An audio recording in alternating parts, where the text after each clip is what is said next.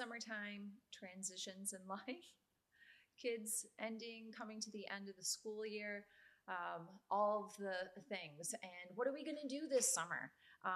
What do we have money for to do this summer? The endless opportunities, and yet the traveling sports camps stuff is like unhinged. Can I say that? Can we address the fact that the traveling sports thing is like insanity?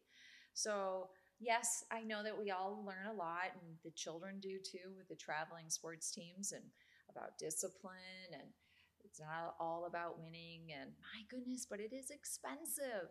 I have to tell you that I a secret sauce to kind of harnessing in and making sure that the family as a whole gets what they need over the summertime break. The planning begins now, not in June. Some of you are well aware of that, but I think you can take it to the next level of even having that conversation with your spouse, in the sense of asking him, hey, Steve, Phil, whatever his name is, what are your expectations of me with a work schedule, of the children and the family as a whole, as to what we do this summer? And allowing that time to kind of build up so that you can lead into the summer with excitement and anticipation, and the family functioning truly as a unit. I highly recommend having a family meeting, but here's the caveat: your children, and of course your husband, your partner, knowing what the family meeting is about. Oh my gosh, I hate it when people do the meeting thing and then they have no idea what it's about, so it feels like you're going to get fired. I say that in silliness, but I also say that in truth. As employees too, you messaging your boss like, oh, hey, could we have a chat? The amount of nerve-wracking that can cause, give people an idea, please. Even if it is that you are quitting, all of us have different industries, right? But I do love the clear communication. I'm looking at pivoting in my career, and I'd really love to run a few things by you as my boss, as my manager, as my head of leadership, or whatever it is. Same goes for our families. That let's have a family meeting, and hey guys, this is what it's going to be about. Dad and I want to talk about the summer vacays, the sports, that kind of stuff, and what all of you perhaps want to consider doing. So next week, Friday night, we're going to meet up, have pizza, and we're going to talk about all of the things. And then you and your husband can have a powwow privately together about expenses, about the budgets for such things. What I love about this is, having written the blog about this subject as a whole, and discussing it with my partner, as in this week, I was pleasantly surprised, and so sweet, that he wanted to do this romanticized version of traveling through Canada. I was like, oh my gosh, look at you being so thoughtful, and all the reasons why he wanted to do that. I was like, such thoughtfulness and thinking ahead, especially when it is voiced in such a, hey, Quinn, have you maybe thought about this? Because I think this would be amazing for you and our family, and I would love to like experience this together. How do you feel about it? Is such a way of like, love that. Love that. Love bubble.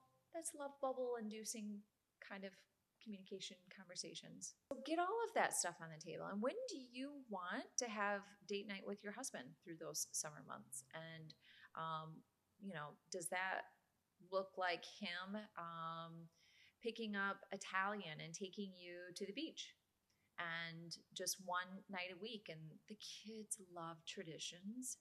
They love that, is it continuity? It's the regularity of, oh, you know what? Sorry, Chloe, you can't hang out because my parents are actually leaving for their date night. Yeah, every Thursday night they go to the beach and have Italian. It's really sweet, and I've started to notice how it cultivates confidence And my children, when they know Dad and I have this regular date night, or the date that was on the paper calendar that's hanging up in the kitchen that they see, um, something that they're never going to tell you, but that it's setting a precedence for how you function as a family, and setting an example of how they may um, set a precedence for their own family and their own life and expectations with their partners once they are married and have a family, Lord willing, right? But with that, I also have to like get into this fashion piece that I have been loving, which is bodysuits and the catsuits. Like, I've loved that, you guys. They are like, think of just the full length version of like a Spanx, all the way down to the ankle, holding you in. You can go braless or not, depending on the cat suit. It's up to you, but oftentimes they'll have enough shapewear that maybe you don't have to wear a bra with it. But you could put the oversized hoodie with it. So cute. You could do the oversized denim and have it just completely open and wear that denim as a shacket with the bodysuit. So cute.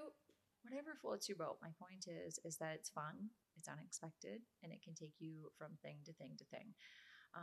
For those that are the sweaty yells, full disclosure, I'm not a sweaty yell. So I can kind of go from thing to thing, but it's one of those transitional pieces that I have really loved. The other thing for spring that I've really loved is the monochromatic looks. Oh yeah, head to toe of the beige tones, head to toe denim is absolutely stunning. So in all of these facets, consider monochromatic. Even if the tones are a little bit different, blue skirt with blue sweater, the blues don't match. Even better, it's stunning. It looks very luxury and high end. The black on black, that's nothing new. I feel like that doesn't even qualify as monochromatic anymore. So no, go with the other tones. Any of those nudes are beautiful depending on your hair color in that, because sometimes it can end up looking like we're just one giant pencil eraser, and then it doesn't work, right?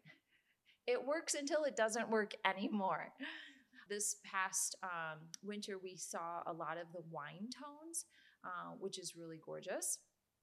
So those deep wine tones of maybe it's a wine satin skirt paired with the wine knit chunky sweater, and then still yet the blazer or the coat to go with it was in a wine tone itself. So pretty. So just consider that for spring. Those tone on tones is really beautiful. And I even love it if the bag is still in that same tonal family. Is really a gorgeous thing to see. And when you see it, you admire it. So take my word for it. It's a do.